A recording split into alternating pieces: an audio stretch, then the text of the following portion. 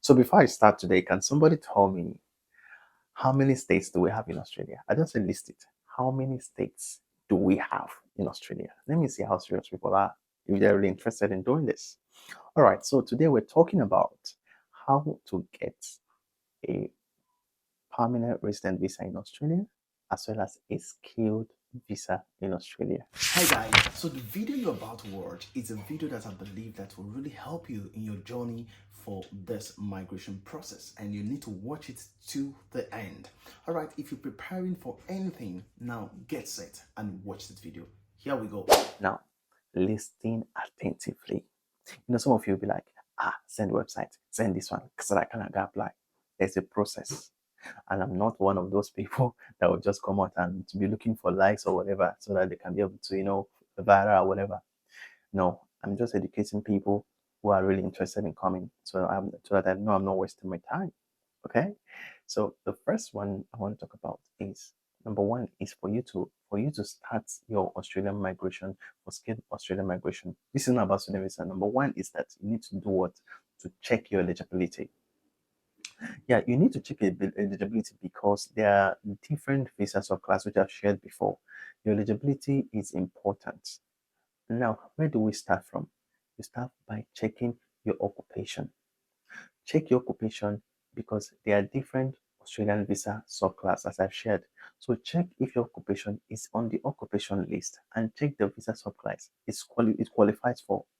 Now, I've told you guys the trade visa subclass before I started this video, and just as I started this video, and this visa subclass are the ones you should be looking at.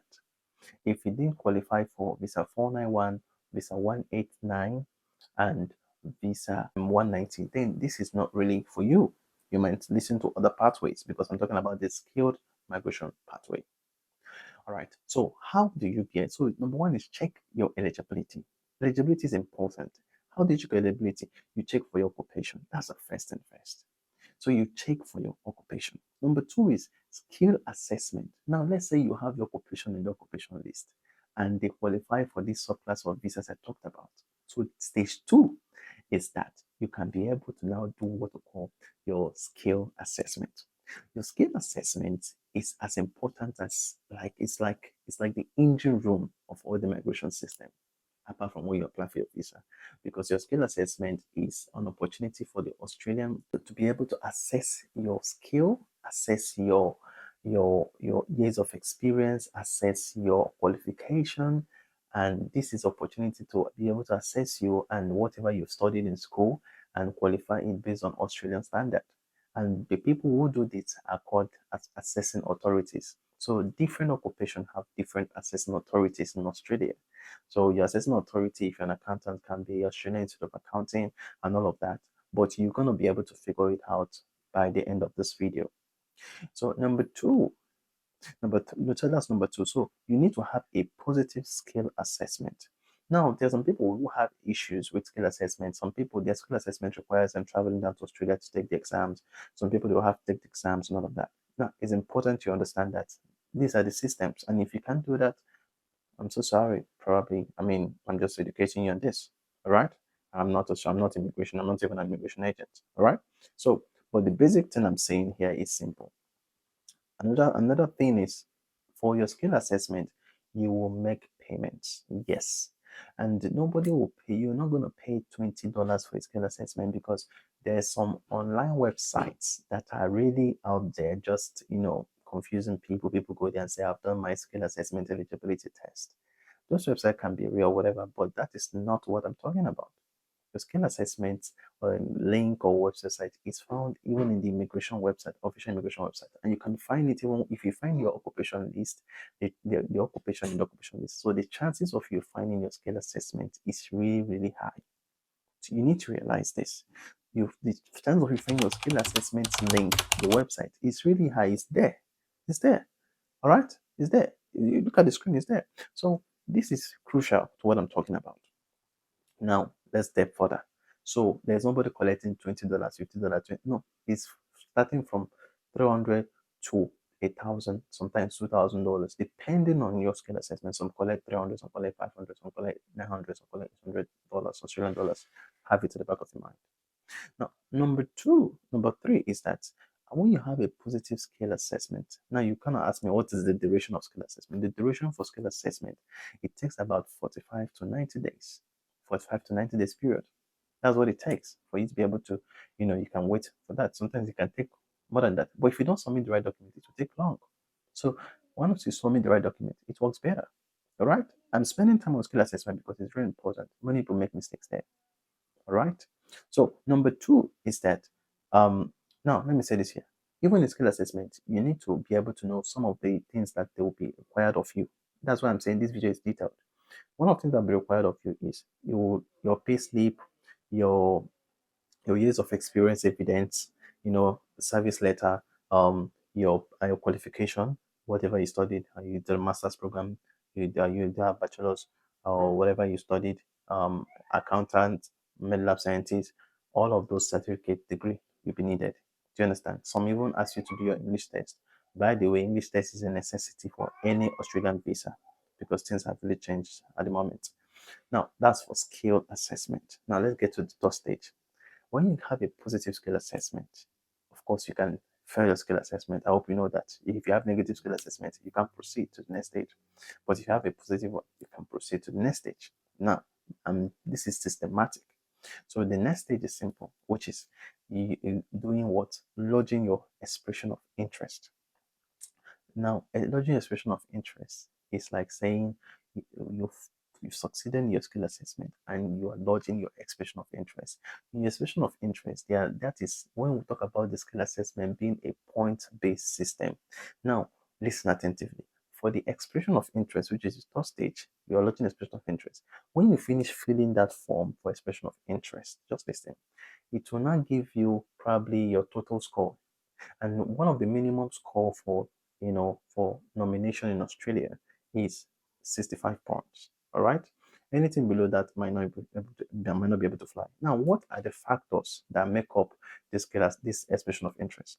So, in the expression of interest, that's where you're gonna be seeing something like how old are you, age, are you single, and okay, you list how many places you've worked before, and all of that, years of experience, list the number of degrees you have. If you have one, what did you study? All those kind of things. Did you study in Australia? Did you study? All those things have points. So your age, your academic qualifications, your professional work experience, your like English language proficiency. Yeah. So there are four kinds of, this video is detailed. There are four types of English that Australia or immigration accepts. IELTS, both academic and general, can fly. PTE, academics. We have OET and we have TOEFL. All right. So these are the basic, like the four ones I know that Australian immigration accepts. Now, your assessing authority, which is your doing skill assessment. Now, they can choose based on your assessing authority. I know for those who are teachers, they must do IELTS, so they don't accept PTE. So you check the requirements in their website. It's there. Now, let me continue what I'm saying. So these factors, I said age, I said academic qualifications, I said academic professional years of experience, I said regional, like if you're living in a regional area for those inside Australia.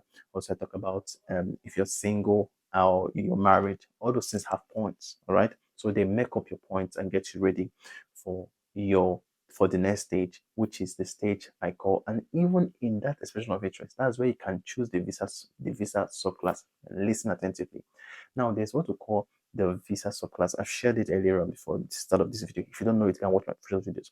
Now, in skilled migration pathway, there are three types of visas, and these three types of visas: visa 491, visa 190, and visa 189.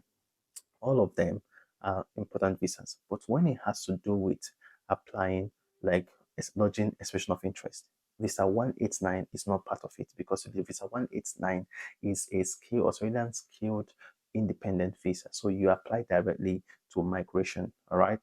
But when it comes to the 190, which is the Australian nominated skilled visa, and also the skilled regional visa, which is 491, you have to lodge an expression of interest because you need to be nominated by an Australian state. Now, the expression of interest system gives you the opportunity to apply for different states. Like, For instance, I can have an expression of interest for visa 491 and also have visa 491 and applying for states that that have my occupation in their occupation list. Do you understand? So I can apply for state A, state B, state C for 491. I can say apply for state A, state B for 190. It doesn't, there's no limit to that.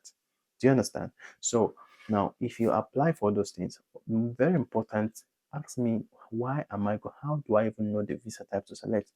How to know the visa type to select is when you check your points after you filled you lodge your EOI. If your point is 65 points, then you should be considering going for checking the requirement for that state. But for me, I always advise people you can consider going for a 491 visa. Right? But if you have a higher point and all of that, and you check the minimum point, because every state have their minimum point. There's some state they can say based on your occupation, maybe if you're a medical absentee, they can say, okay, in Victoria, which is Melbourne, our our our our minimum for is a 190 for people that studied medical lab science is 65. Oh, you're so lucky. Then you can go for that.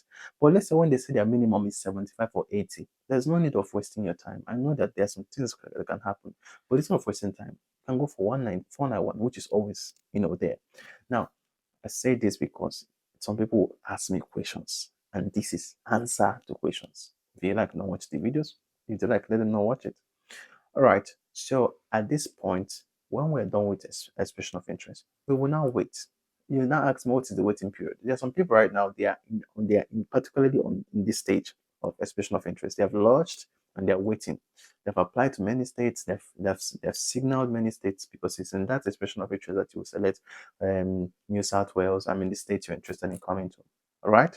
Now, as good as this and what I'm saying right now, you will not really get full clarity until you begin to do it on your own. Right? Now, the next stage that I'm going to be talking about is when you have been nominated and given what we call invitation to apply for visa by an Australian state. Congratulations. So when you have been nominated, then you can now move to the next stage, which is called you have been nominated, which is to apply for your visa. And then that is when you now begin to apply for your visa. They're going to be sending you a link, you send some documentations, and then they're going to tell you you're qualified to apply for your visa. Then there's a link that will be sent to you in your email. That is where you apply for your visa. So for all those telling me, send me email so I can apply for visa. No, it doesn't work that way. All this apply for visa, you can only see all those kind of thing when it comes to tourist visa and visiting visa.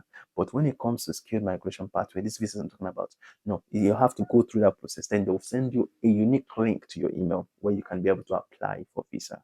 I don't know if I'm making sense. Am I? Okay. Now, the last thing I say is applying for a visa. When you're applying for a visa, there's some things that you need to consider. And I'll be talking about that in the next video, but I'll say some things here. You're going to do a medical, right? So you're going to do a medical and you're also going to do what we call character checks, which you have to get police clearance from your home country, which is very important. Now, your health information is really also important, and that's why I advise people there are some kind of tests that you should be just like you should be doing if you're interested in coming to Australia, like your tuberculosis test, especially if you're in Africa, TB. Go and do it and have it at hand because if it's valid for 6 months, then you can use it. But because it takes time, some people it has cost them a lot.